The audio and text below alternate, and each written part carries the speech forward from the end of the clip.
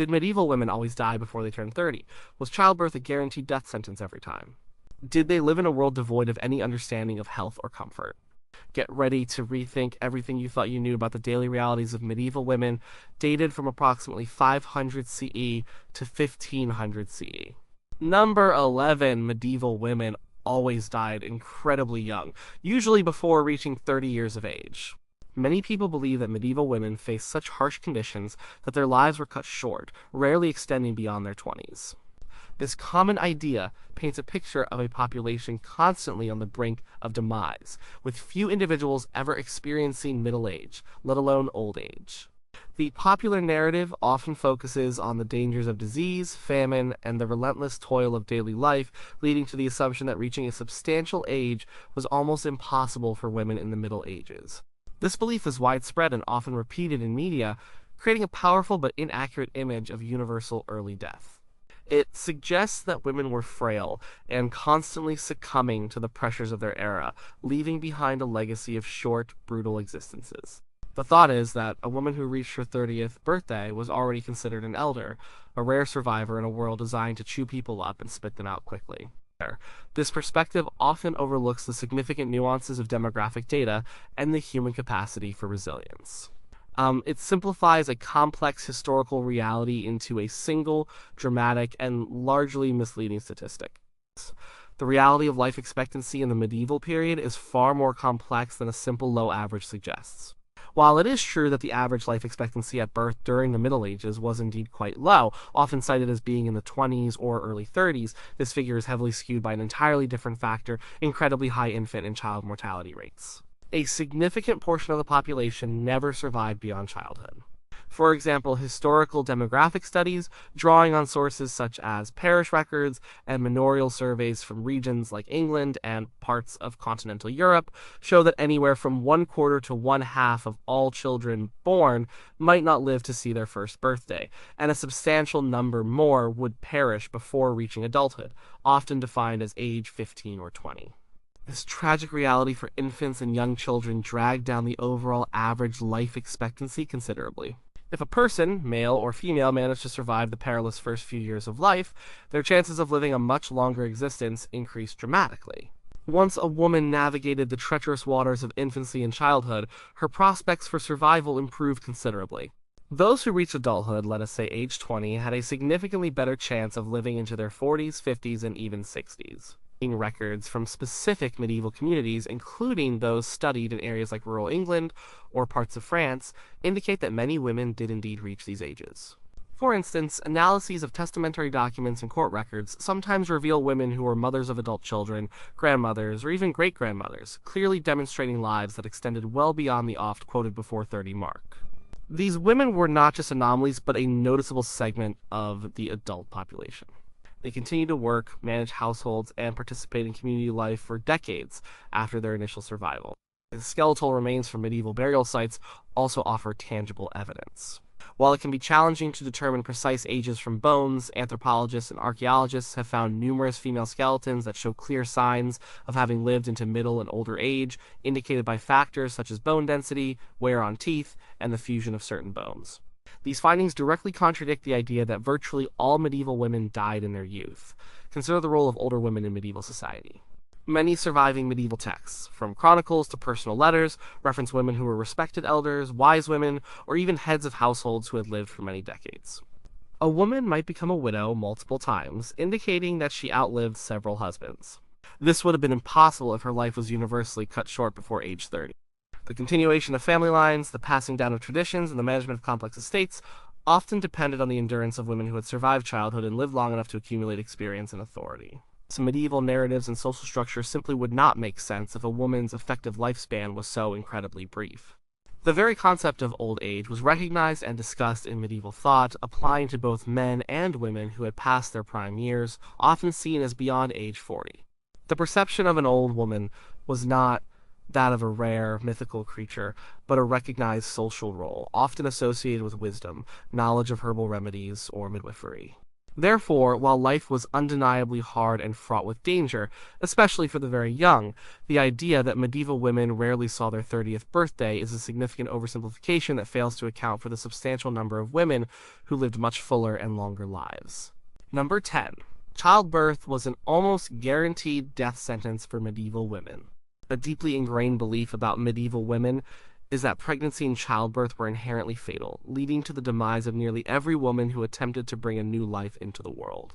This perception often stems from a modern understanding of high infant and maternal mortality in pre-modern times, but it exaggerates the certainty of death to an extreme degree. The image painted is one where each birth was a gamble with death, with the odds heavily stacked against the mother, implying that very few women survived more than one or two childbirths, if any. This viewpoint suggests that the medieval woman lived in constant terror of pregnancy, knowing it would most likely be her last. It often overemphasizes the lack of medical knowledge or interventions, leading to the conclusion that nature simply took its course, often with fatal results for the mother. This belief also sometimes combines with the notion that medieval women were perpetually pregnant, further fueling the idea that their short lives were punctuated by an endless cycle of perilous births. The narrative frequently implies that the primary cause of death for any medieval woman of childbearing age was complications arising from labor, painting a bleak and overly simplistic picture of maternal health and survival during the era. While it is undeniably true that childbirth was a significant risk factor for medieval women, it was far from an automatic death sentence. Maternal mortality rates were indeed higher than in modern times, but they were not so high as to prevent women from having multiple children and often living to old age. Historical demographic studies, using data from family reconstitution projects and manorial records in various European regions, suggest that perhaps 1 to 2% of births resulted in the death of the mother. While this figure is alarmingly high by contemporary standards, where maternal mortality is a fraction of a percent, it means that between 98 and 99 women out of every 100 survived any given childbirth. This statistic contradicts the notion of an almost guaranteed death sentence. A woman might experience several pregnancies and give birth multiple times without succumbing to the dangers.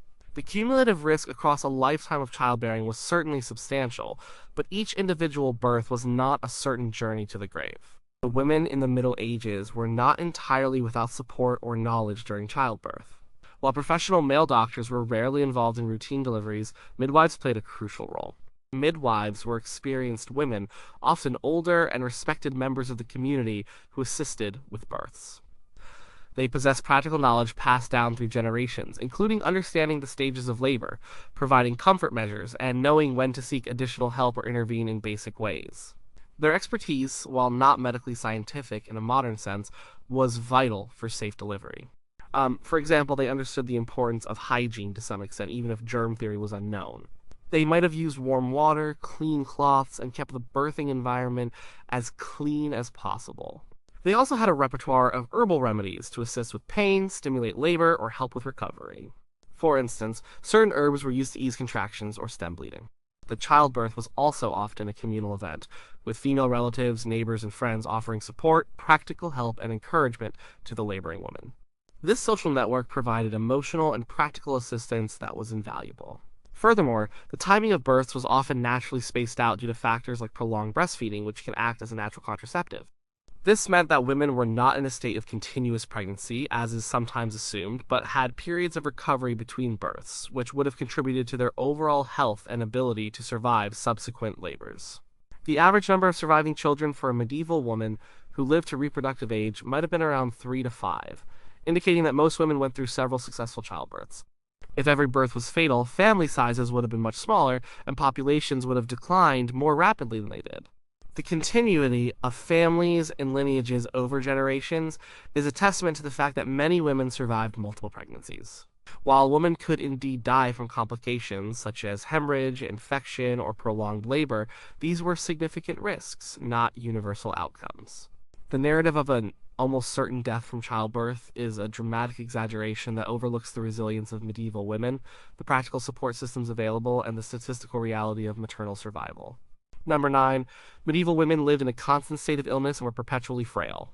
A pervasive belief is that medieval women were inherently weak, always sickly, and constantly battling various ailments, leading to a perpetual state of frailty. This idea often stems from romanticized notions of delicate damsels or from an overemphasis on the hardships of the era without acknowledging human resilience and adaptation. It suggests that women's bodies were not robust enough to withstand the rigors of daily life, making them especially susceptible to disease and injury. This perspective frequently attributes their supposed frailty to poor diet, lack of hygiene, and the numerous demands placed upon them, from endless domestic chores to agricultural labor. The image is one of women constantly languishing, unable to participate fully in the physical demands of medieval society. This belief often contrasts sharply with the known physical labor performed by women across all social strata, from peasants working in fields to noblewomen managing large households. It implies a fundamental physical weakness that would have made survival and productivity almost impossible. While medieval life presented numerous health challenges, the idea that women were constantly ill and universally frail is inaccurate. Women in the Middle Ages, particularly those from peasant and artisan classes who constituted the vast majority of the population, performed strenuous physical labor daily. They worked in the fields alongside men, performing tasks like sowing, harvesting, weeding, and carrying heavy loads. In the home, their duties included grinding grain, baking bread, spinning and weaving cloth, fetching water from wells or rivers, tending to livestock, and preparing meals over open fires. These activities required significant strength, endurance, and physical resilience. A person constantly ill or perpetually frail would simply not have been able to sustain such a demanding lifestyle. Their survival and the functioning of their households depended on their physical capabilities. Archaeological evidence from skeletal remains, while not definitively indicating overall health for all individuals, often shows robust bone structures and muscle attachments in female skeletons consistent with a life of physical activity rather than constant debilitating illness. Beyond physical labor, medieval women demonstrated resilience in their ability to survive and adapt to challenging environmental conditions. They endured periods of scarcity, seasonal illnesses, and the occasional outbreak of epidemic diseases, much like men. While these events took a toll, the fact that populations persisted and grew, albeit slowly, indicates that a significant number of people, including women, possessed a fundamental level of health and immunity. They were not always succumbing to every passing sniffle or ache. Their bodies, accustomed to physical activity and a diet that, while often simple, provided necessary nutrients, were often more robust than romanticized portrayals suggest. For example, diets, while varying by region and class, generally included grains, vegetables, legumes, and often some meat or fish, providing essential energy and building blocks.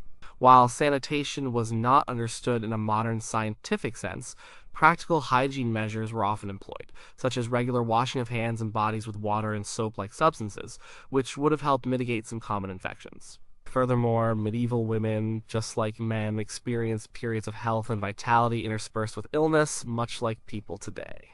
The average lifespan, as discussed, was lower due to specific factors, not because everyone was constantly sick. There were times of robust health, energy, and freedom from severe ailments, allowing them to engage in their daily tasks, participate in social life, and raise families.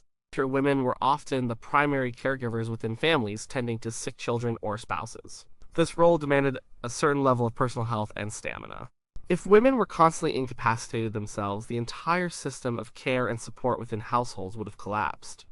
The historical record, through personal letters, wills, and legal documents, often shows women as active agents in their communities, managing property, running businesses, or even acting as regents, roles that would have been impossible for someone in a constant state of ill health. The notion of perpetual frailty is a misrepresentation that underestimates the physical capabilities and adaptive strength of medieval women. Number 8, medieval women had no knowledge of hygiene or personal care. The belief is widespread that medieval women lived in a state of utter squalor, completely devoid of any understanding or practice of hygiene and personal care. This often conjures images of unwashed bodies, matted hair, and pervasive odors, reinforcing a perception of the Middle Ages as a dark and dirty period. It is commonly thought that people, including women, never bathed, rarely changed their clothes, and were completely ignorant of any connection between cleanliness and health. This belief often stems from a superficial understanding of public health in the era, focusing only on the lack of modern plumbing or germ theory, and extrapolating that to mean a total absence of personal hygiene habits. It ignores common sense and the practical realities of daily life, where people would naturally seek ways to feel comfortable and clean within their means. This misconception suggests that medieval women were content to live in filth, never attempting to cleanse themselves or their surroundings, presenting a picture of widespread neglect of personal cleanliness across all social classes. This idea is largely a myth. Well, medieval people, including women, practiced various forms of hygiene and personal care, though not always in ways recognizable to modern standards and without the benefit of germ theory. Bathing was certainly known and practiced, varying by social class and region. Public bathhouses, sometimes called stews, were common in many medieval towns and cities across Europe, particularly during the early and high Middle Ages. These establishments offered communal bathing facilities for both men and women, albeit often in separate sections or at different times. While some might view these communal baths as unsanitary by today's standards, they served a vital purpose for washing the body. For those who could not access public baths or preferred privacy, washing at home was common. People would use wooden tubs, buckets, or basins filled with water heated over a fire for washing their bodies. Soap-like substances, often made from animal fats and plant ashes, were known and used for both personal washing and laundry. Beyond full-body baths, daily cleanliness practices were routine. Hands and faces were washed frequently, especially before meals or after messy tasks. The water was readily available from wells, rivers, or collected rainwater. Hair care was also practiced. Women would wash their hair, sometimes using herbal concoctions, and comb it to remove dirt and tangles. Archaeological finds from medieval sites sometimes include combs, tweezers, and even small mirrors, indicating an interest in grooming and personal appearance. Clothing, while not changed daily for everyone, especially among the poor, was often washed and aired out. Undergarments, which were worn closest to the skin, were typically made of linen and could be washed more frequently than outer garments, helping to maintain a degree of cleanliness. While the poor might have had fewer changes of clothes, they still laundered what they had. Moreover, medieval hygiene was not just about personal cleanliness, but also about the cleanliness of the immediate environment. Homes were swept, fires were kept, and waste was managed to the best of their abilities, often through privies or middens. While urban environments could be notoriously dirty by modern standards due to concentrated populations and a lack of sophisticated waste disposal systems, individual households made efforts to maintain their living spaces. For example, rushes were often scattered on floors and changed regularly, acting as a natural absorbent and insulator. Herbs were sometimes strewn to mask odors or repel pests. The cleanliness rituals in religious houses, such as convents for women, were often quite strict, emphasizing regular bathing and meticulous care of clothing as part of their spiritual discipline. Therefore, while modern sanitation was absent, the notion that medieval women had no knowledge or practice of hygiene and lived in complete squalor is a gross misrepresentation, ignoring their practical efforts to maintain personal comfort and cleanliness in their world. Number 7. Life was uniformly awful for all medieval women, regardless of their social standing. There is a prevalent misconception that the lives of all medieval women were universally grim, oppressed, and utterly miserable, regardless of their social class, geographical location, or marital status. This belief often stems from a generalized view of the Middle Ages as a period of hardship and inequality, projecting a singular bleak experience onto an entire demographic across 1,000 years. It suggests that whether a woman was a peasant, a merchant's wife, or a noble woman, her existence was equally devoid of joy, agency, or comfort. This oversimplification erases the vast differences in opportunities, privileges, and daily realities that existed between various social strata within medieval society.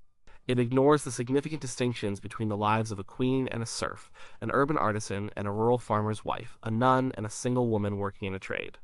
The assumption is that gender alone determined a uniformly dreadful fate for all women of the era. The reality was far from uniform. A medieval woman's life experience was profoundly shaped by her social class, geographic location, and specific circumstances. The vast majority of women were peasants, and their lives were indeed characterized by hard physical labor, limited resources, and vulnerability to famine and disease. A peasant woman's day was filled with agricultural tasks, domestic chores, childcare, and food preparation, often starting before dawn and ending after dusk. Her existence was tied to the land and the rhythms of the seasons. However, even within the peasant class, there were variations. Some women had more fertile land, or belonged to more prosperous villages, or held slightly more advantageous positions within their communities. Their hardships were real, but their lives also included community festivities, family bonds, and the satisfaction of productive work. In stark contrast, noble women lived lives of comparative luxury and privilege, though not without their own set of challenges. While they did not perform manual labor, their lives were often governed by political alliances, dynastic marriages, and the management of large estates. A noblewoman might be literate, receive an education, supervise numerous servants, and even act as a regent in her husband's absence, wielding considerable power and influence. They wore fine clothes, ate richer foods, and lived in larger, more comfortable homes. Examples include Eleanor of Aquitaine, who was a powerful duchess and queen, leading armies and influencing politics, a far cry from a serf in a humble village. Her experiences were entirely different from those of a woman toiling in the fields, yet both were medieval women. Furthermore, urban women, particularly those in bustling towns and cities, had different opportunities than their rural counterparts. Women in towns could participate in various trades and crafts. They might be brewers, bakers, textile workers, shopkeepers, or even operate their own businesses. Many women were members of guilds, sometimes as widows inheriting their husbands' businesses, but also as active participants in their own right. They had more access to goods, services, and social interaction than women in isolated rural areas. For instance, a woman running a successful tavern in London or Paris would have had a very different daily experience and level of autonomy than a peasant woman in a remote village. Religious life also offered a distinct path. For some women, entering a convent provided opportunities for education, intellectual pursuits, and a degree of independence and spiritual fulfillment not available in the secular world. These women lived structured lives dedicated to prayer and scholarship, a complete departure from the domestic or agricultural labor of other women. Therefore, to paint all medieval women with a single brushstroke of universal misery ignores the immense diversity of their lives and the profound impact of social standing, location, and individual circumstances on their experiences. Number 6. Most medieval women lived in isolated villages with no access to the wider world. A common belief suggests that medieval women, especially those in rural areas, lived in complete isolation, confined to their small remote villages with no knowledge of or access to the wider world. This image often portrays them as entirely cut off from outside influences, unable to travel, and limited to a very narrow, circumscribed existence within their immediate community.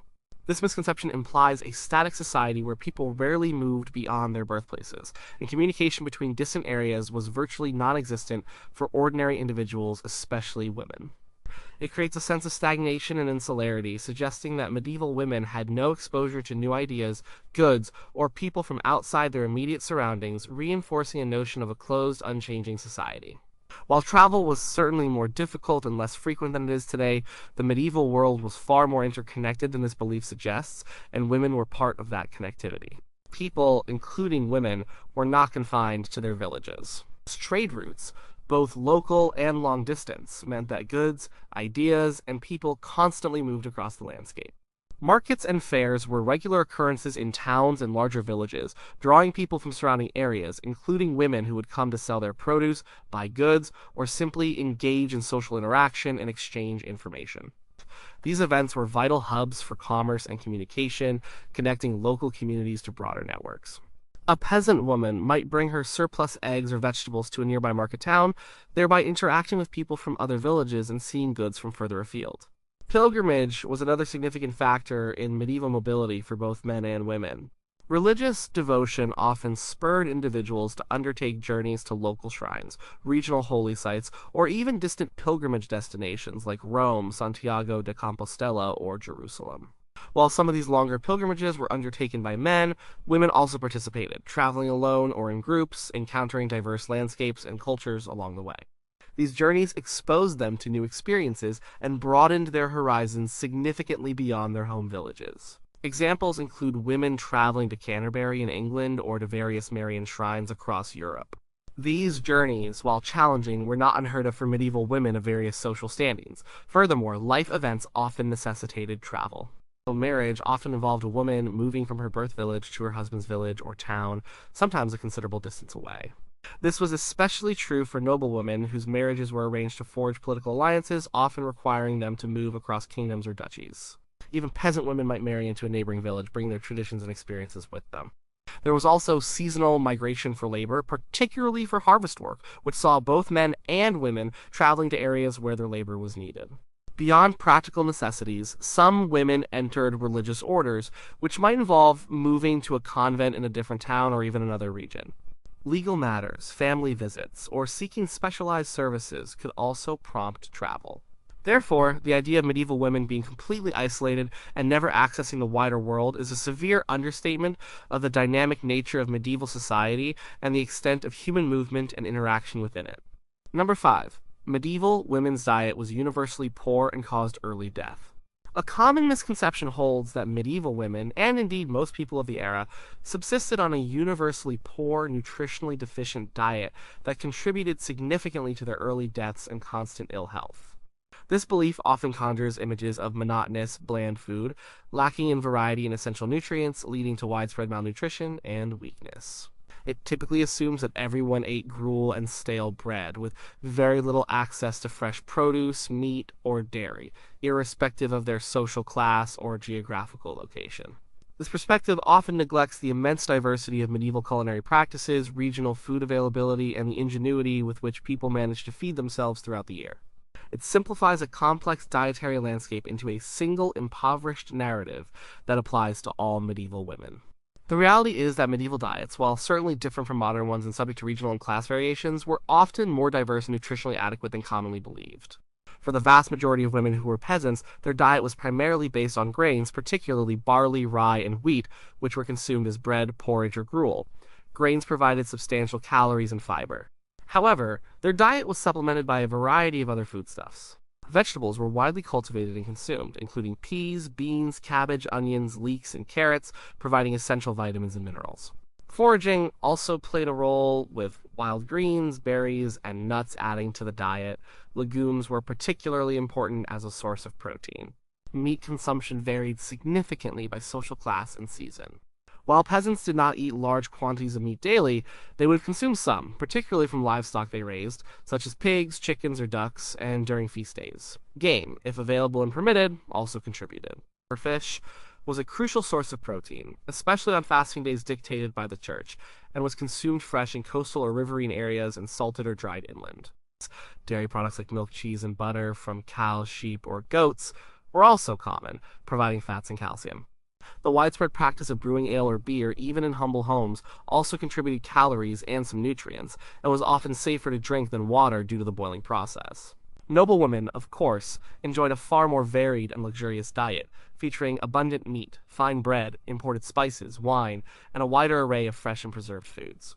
Their access to diverse foodstuffs meant they generally had a more nutritionally robust diet, though sometimes overconsumption of rich foods led to different health issues. However, even for the peasant woman, food preservation methods such as salting, smoking, drying, and pickling allowed for the storage of seasonal gluts, ensuring a supply of food throughout the year, even during colder months. While periods of famine could certainly occur due to crop failures or war, leading to widespread suffering and death, these were not the constant state of affairs across the entire medieval period for all women. The general, everyday diet, while often monotonous to modern tastes, was typically sufficient to sustain life and allow for the demanding physical labor required of medieval women, dispelling the notion of universal and pervasive malnutrition leading to early death. Number 4. Medieval women were always pregnant throughout their reproductive years. A popular belief suggests that medieval women were in a constant state of pregnancy, ceaselessly bearing children from puberty until menopause, leading to a relentless cycle of births that physically wore them down and significantly shortened their lives. This misconception often implies that women had no control over their fertility, no understanding of birth spacing, and were expected to produce as many offspring as possible without respite. It paints a picture of a life dominated entirely by reproduction, with little time for recovery or other activities, and is often linked to the idea of high infant mortality rates driving a continuous need for more children. This pervasive narrative suggests that women's bodies were merely vessels for procreation, continuously strained by the demands of pregnancy and childbirth. The idea that medieval women were always pregnant is a significant exaggeration of their reproductive lives. While large families were common and desired, particularly to ensure surviving heirs and labor for the household, women were not in a perpetual state of gestation. Several factors contributed to natural birth spacing during the Middle Ages. One of the most significant was prolonged breastfeeding. It was common practice for mothers to breastfeed their infants for extended periods, often for 2 to 3 years, sometimes even longer, due to the lack of safe alternatives for infant nutrition and the belief in its health benefits for the child. Extended and frequent breastfeeding, especially when combined with a lower nutritional intake than modern women, can suppress ovulation, acting as a natural contraceptive. This physiological mechanism meant that women often experienced periods of natural infertility between births, leading to intervals of 2 to 4 years or more between pregnancies. Moreover, medieval women, like all humans, had periods of natural infertility due to factors such as illness, nutritional deficiencies, or subcundity. They also did not begin childbearing immediately at puberty, as the age of marriage, while often younger than today, was not universally as early as is sometimes assumed. The average age for women to marry and begin having children varied by region and social class, but was often in their late teens or early 20s, not immediately upon reaching sexual maturity. While contraceptive knowledge was limited and often unreliable by modern standards, there were various traditional methods and folk remedies used, even if their efficacy was questionable. Some practices involved herbal concoctions or physical methods, though these were often more dangerous than effective. The high rate of infant and child mortality, while tragic, also meant that not every pregnancy resulted in a child surviving to adulthood or even beyond infancy. A woman might have many pregnancies, but fewer surviving children, which would affect her overall reproductive burden over a lifetime. Well, furthermore, a woman's reproductive years did not always extend to menopause. Illness, difficult births, or other health issues could lead to earlier cessation of fertility or death, further limiting the number of children born. While medieval society certainly valued fertility and large families, and women typically bore more children than modern women, the narrative of always pregnant ignores the biological realities of birth spacing, the impact of breastfeeding, and other factors that created natural breaks in the childbearing cycle.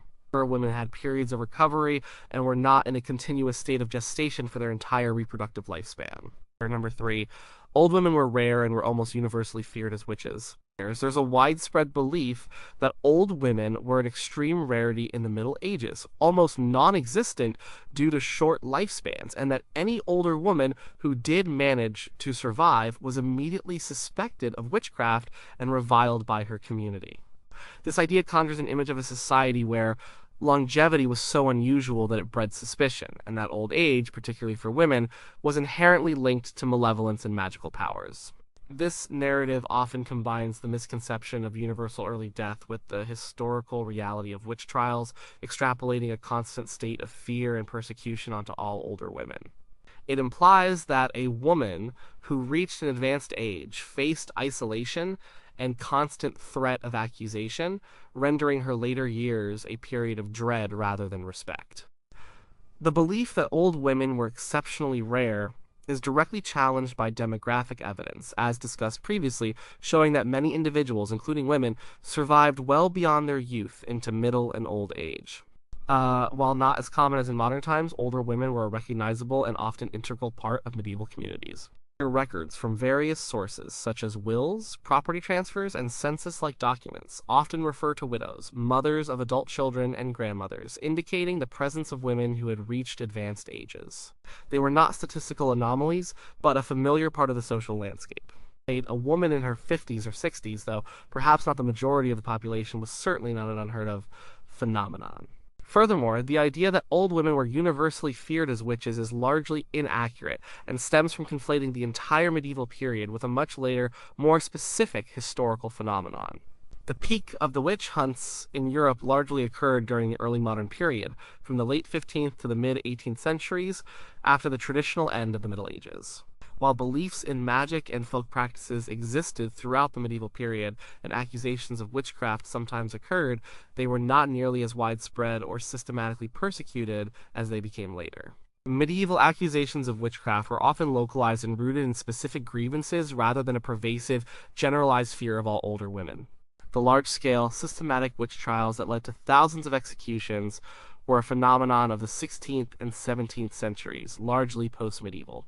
In fact, far from being universally feared, older women often held positions of respect and authority within medieval society. They were often seen as sources of wisdom, experience, and knowledge, particularly in areas like herbal medicine, midwifery, and childcare. Grandmothers played crucial roles in extended families, helping to raise children, manage households, and transmit cultural knowledge and traditions. Widows, especially those who inherited property or businesses, could wield significant economic and social power. A woman, like a village midwife, often an older woman, was essential to the community, relied upon for her skills, and trusted with the lives of mothers and infants. While an older woman might sometimes be marginalized or suspected of odd behavior if she was isolated or behaved unusually, this was far from a universal experience of fear and accusation. The respect for elders, though sometimes tinged with superstition, was a strong element in medieval society. The widespread persecution of older women as witches is a historical development primarily associated with the period after the Middle Ages, not a defining characteristic of it. Number two, medieval healthcare was almost non-existent for women. Many people hold the belief that medieval healthcare was virtually non-existent, particularly for women, suggesting that they had no access to medical knowledge, professional care, or effective remedies beyond superstition. This misconception often portrays a world where illness was simply left to fate, and anyone suffering from an ailment, especially a woman, had little to no hope of relief or recovery through human intervention. It implies a complete absence of organized medical practices, trained practitioners, or any form of medical infrastructure, leading to the assumption that women simply endured their suffering or succumbed to even minor illnesses without any form of treatment. This perspective disregards the various forms of medical care that did exist and were accessible to different segments of the medieval female population. While medieval medicine was certainly not based on modern scientific principles and was often less effective by today's standards, it was far from non-existent. A multi-layered system of care was available to medieval women, varying in sophistication and accessibility depending on social class and location. The primary form of care for most women was domestic medicine, practiced within the household by female relatives. Women were often the primary caregivers for their families, possessing practical knowledge of herbal remedies, basic first aid, and nursing techniques passed down through generations. They knew how to prepare poultices, tinctures, and teas from common plants to treat a variety of ailments, from fevers to wounds. This domestic knowledge was a vital first line of defense against illness. Beyond the home, specialized practitioners existed. Midwives, as discussed, were crucial for childbirth, possessing practical experience and a repertoire of techniques to assist women during labor. While not formally trained doctors, their expertise was invaluable. Barber surgeons were also prevalent in towns and cities. These practitioners performed minor surgical procedures, set bones, bled patients, and extracted teeth. While their methods might seem crude today, they provided a form of immediate medical intervention for injuries and some acute conditions. Monasteries, particularly those with infirmaries, often provided care for the sick, including women, sometimes employing herbalists and early forms of nursing. Convents for women also had infirmaries, and the nuns often cultivated medicinal gardens and possessed knowledge of remedies. Furthermore, medieval universities began to develop medical faculties, particularly from the 12th century onwards, training physicians. These highly educated doctors, often adhering to the theories of ancient Greek and Roman physicians like Hippocrates and Galen, were typically accessible to the wealthy, including noblewomen. They would offer diagnoses based on humoral theory, prescribe herbal remedies, and suggest dietary changes. As apothecaries, the medieval equivalent of pharmacists, prepared and sold a wide range of medicinal compounds, herbs, and spices, which were used for therapeutic purposes. Even ordinary women could access these ingredients and remedies to a certain extent. While superstition and religious belief played a role in healing practices, they did not entirely overshadow practical efforts to alleviate suffering. Medieval women, therefore, had access to various forms of healthcare, from the practical knowledge of their female relatives to the services of midwives, barber surgeons, apothecaries, and for the privileged university-trained physicians. The notion of a complete absence of healthcare is a significant overstatement. Number one, medieval women were entirely powerless and passive, leading to short, stressful lives. A deeply ingrained belief is that medieval women were universally powerless, completely subservient to men, and possessed no agency or influence over their own lives or the world around them. This narrative often portrays them as passive figures, confined to domestic roles and utterly devoid of legal rights, economic independence, or social standing, thereby leading to lives filled with stress, oppression, and ultimately early death. This misconception often reduces all medieval women to a single homogeneous stereotype, overlooking the significant variations in their lives based on social class, marital status, and geographical location, and ignoring instances where women actively shaped their destinies and contributed powerfully to their communities and even to broader society. It simplifies a complex social structure into a stark binary of male dominance and female helplessness, thereby implying that a lack of power directly translated into a shorter, more miserable existence. The reality is that medieval women, while operating within patriarchal societies, were far from entirely powerless or passive. Their agency and influence varied significantly, but they often held considerable sway within their households, communities, and even broader political spheres. In the household, women were often the primary managers of the domestic economy. A peasant woman managed the household budget, oversaw food preparation, tended to livestock, brewed ale, and spun and wove textiles. These were vital economic contributions, not mere chores. She might also manage the garden and contribute significantly to agricultural labor. Her work was indispensable for the family's survival and prosperity. This role gave her significant practical authority and decision-making power within her domain. Beyond the household, medieval women participated in various economic activities. In towns and cities, women were active in numerous trades. They worked as brewers, bakers, shopkeepers, textile workers, innkeepers, and even participated in guilds, sometimes inheriting and running their deceased husbands' businesses. Some single women or widows successfully operated their own enterprises, contributing to the urban economy and holding a degree of economic independence. For example, records show women in London operating stalls in markets or owning taverns, engaging in commercial transactions, and even defending their rights in legal disputes.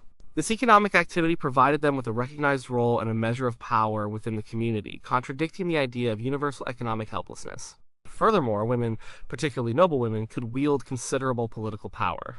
Queens, duchesses, and countesses often managed vast estates, acted as regents for underage sons, and influenced political decisions. Eleanor of Aquitaine, as mentioned, was a powerful ruler and queen who commanded armies and played a pivotal role in European politics. Other examples include Blanche of Castile, regent of France, or Isabella of France, who wielded significant power in England.